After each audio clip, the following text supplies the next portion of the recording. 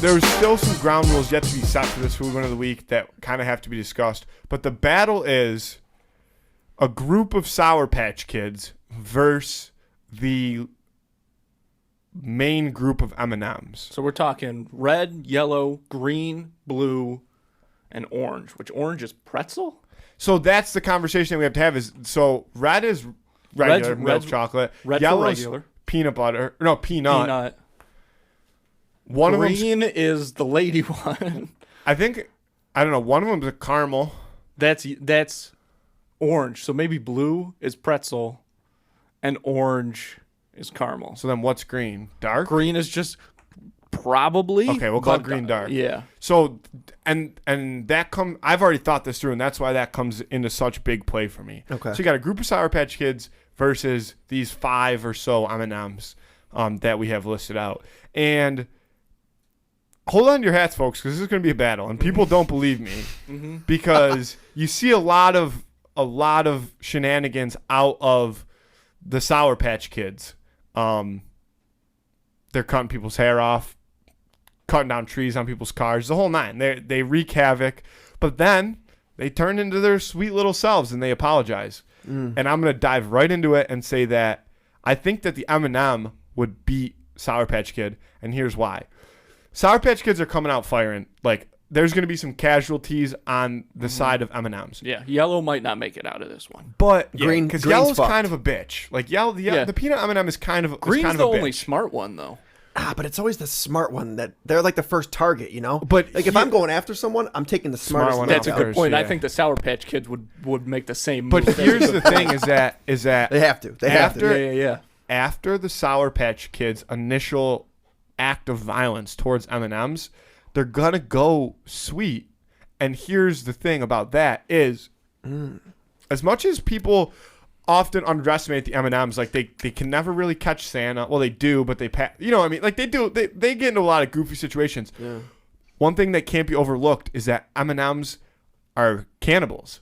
Like it's documented in M&M commercials that M&Ms will eat other M&Ms. So I think that now all of a sudden we're seeing a different side of like savagery, whatever that word I'm looking for, like that these M&Ms are able to bring out in themselves where they're like, I know that this isn't right, but purely because I want to do it, I'm going to do it.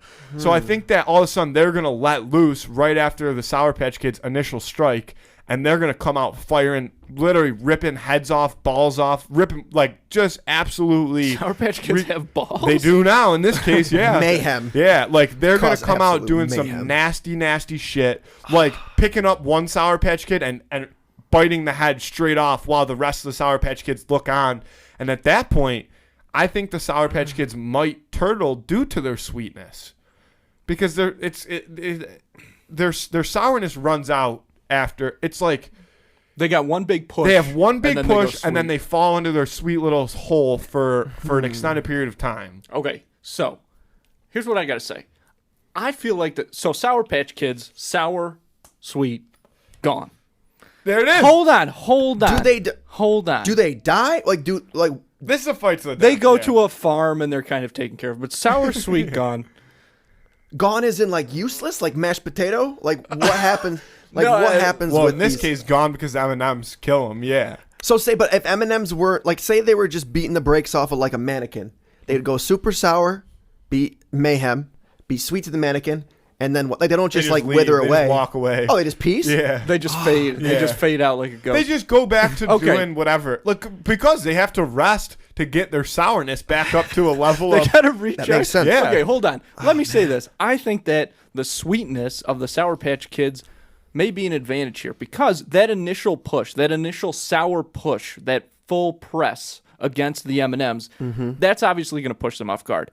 M&Ms are sweet. Sour Patch Kids inherently have experience with sweetness, so I think they would know the weakness of sweetness. And because I think that I was gonna let you go. you do this a couple times, you could tell when it's I coming. was not. I'm sitting back. I'm listening. I'm absorbing information. So what the fuck was I saying? So I think that just because the Sour Patch Kids become sweet does not mean that they're going to take their eye off the ball of this fight, because Sour Patch Kids are master manipulators. This is what we know from their commercials because they do some bad shit to people and they immediately get those folks back on their side. They can spin it around like that. And I don't think the M&Ms. So what if you did this?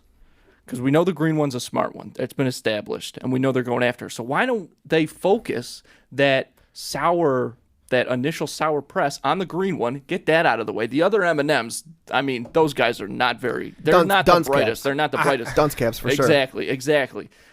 Use the remaining, that sour knowledge to take out the remaining M&Ms. And even if they're gone, even if the Sour Patch Kids I have two gone, more pieces of information, and then we're going to let Preston weigh on it. They'll leave it all out. They'll leave it all out on the field. Two things that I've since considered is I don't think that the Sour Patch Kids, just when they go sweet, are just going to stop fighting. I think that their sourness, though, is going to, like, it's like, it would be like they start off as the Hulk and then they shrink back down into Bruce.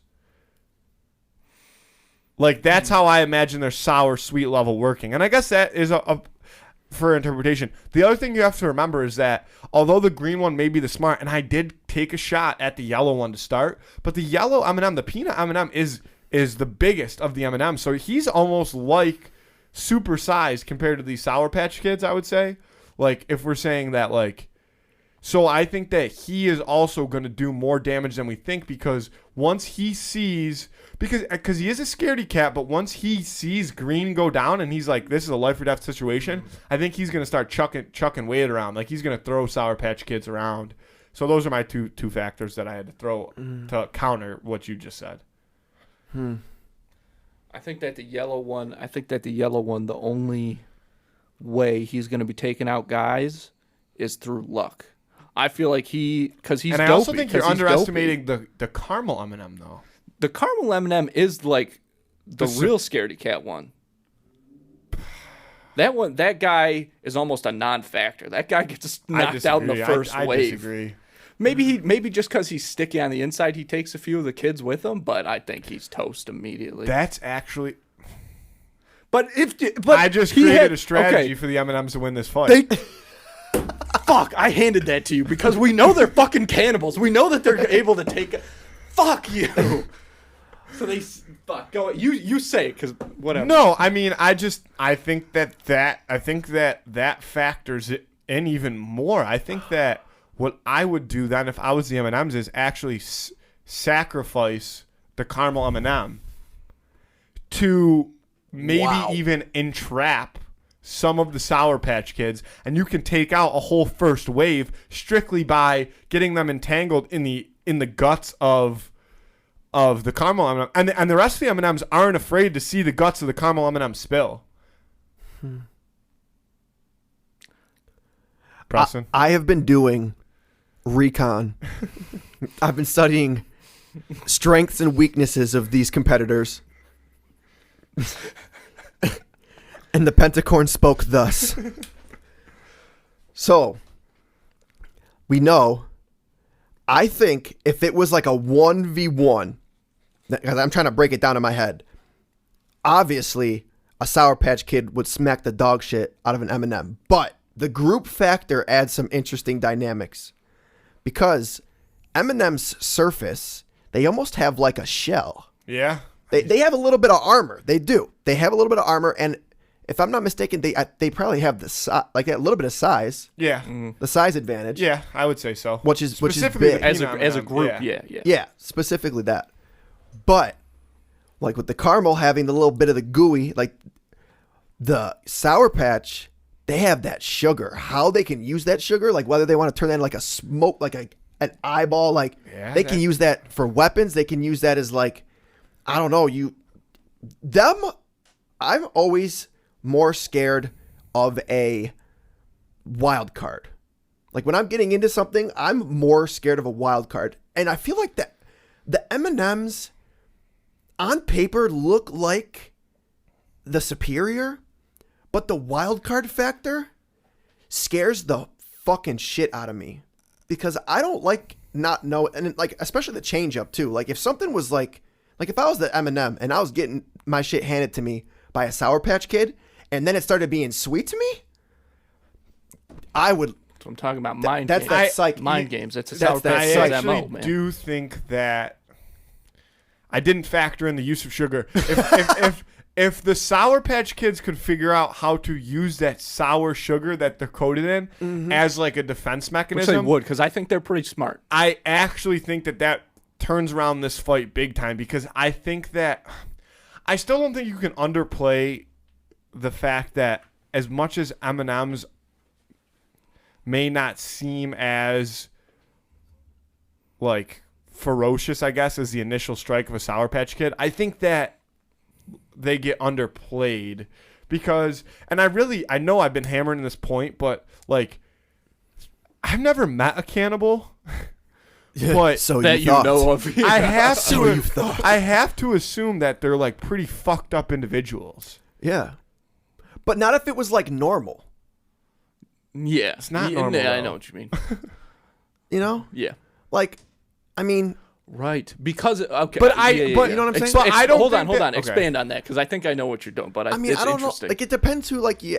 Because, I mean, a human cannibal is like, no. Yeah. But, like, M&M, like an M&M I feel like it's like, like to interpret this from my like, because I know what you're saying. You're saying that it might not be as frowned upon in the society that M&Ms Right. live in to eat other M&Ms, but the reason that I can kind of debunk that argument is there's M&M commercials where M&Ms get caught eating other M&Ms, and it's like it's a no. Like it's frowned upon. So I do think that cannibalism, although maybe a little bit more like widely accepted in the realm of M&Ms, is still frowned upon. So I guess there's still an argument to be made there, though, that because it's not as big of like a no in the world of M&Ms, that they might not have that, I guess, killer instinct that I assume that human wait. cannibals have. There's something we've totally ignored here. What if the Sour Patch Kids convinced the M&Ms to fuck each other up? They'd already eat each other. When When is you hit the sweet side, you know, like, I won't go crazy again. Just be on our team. yes. And then they. That's See, possible. and That's the- possible. Master manipulator. that- that is and it's an argument that always comes up in the Hooligan could of the be the Week. move. Like, Create the crack. Create the divide. Dangerous.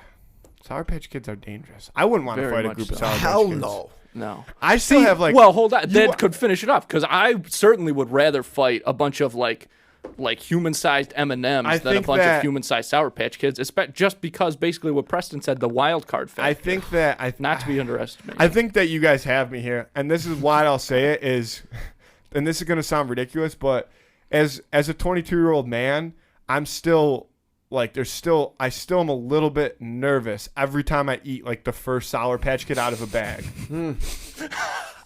Like, you know what I Really, mean? You're fundamentally breaking you're down like, this. You're yes. like, I know it's gonna be sour. Like you can start to feel it.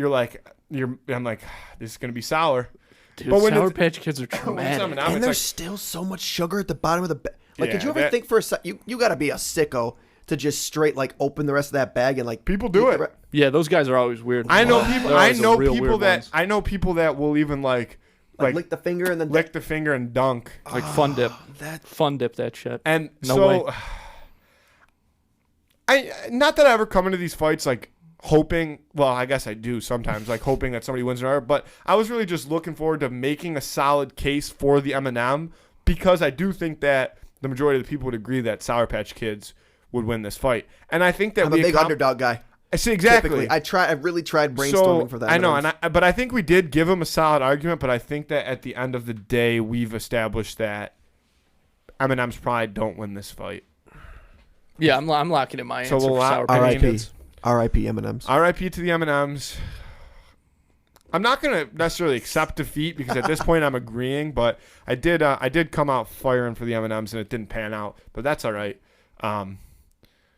Yeah, I mean, I don't know. I think that was a fun one. I'm glad we did that. We were kind of brainstorming beforehand, and we were like talking good about one. some food stuff, and yeah, I think The that was food fun. ones are always Because you really can really good. The fun thing about the food ones is you can interpret, like, we all were Yeah, on the it's all- same it's boat all as far as like interpretation. interpreting like how a Sour Patch Kid and M&M would fight. Yeah. But it can always differ. You could make almost any argument, and we wouldn't be able to say like with certainty that it's wrong. Yeah, because right. Should this just become like a Food Network show? Like we just sell who would win to Food Network, and we just do like paella versus jambalaya next week, folks. Tune in. And also, shrimp plays a big factor in that. So Cinnamon Toast Crunch. Shrimp versus Cinnamon Toast Crunch. Yeah, the honorable mention. And I Honorable think mention. that shrimp won. Oh, clearly, there's only 2 shrimps, and it got way more attention than all the And Cinnamon you Toast want to know what Crunch else in that is? bag. You want? And Cinnamon Toast Crunch, Yeah. also cannibals. Yeah, Those Cinnamon both Toast Crunch is facts. also cannibal. Yeah, they're also. All right, so we've debunked also the theory of cannibalism.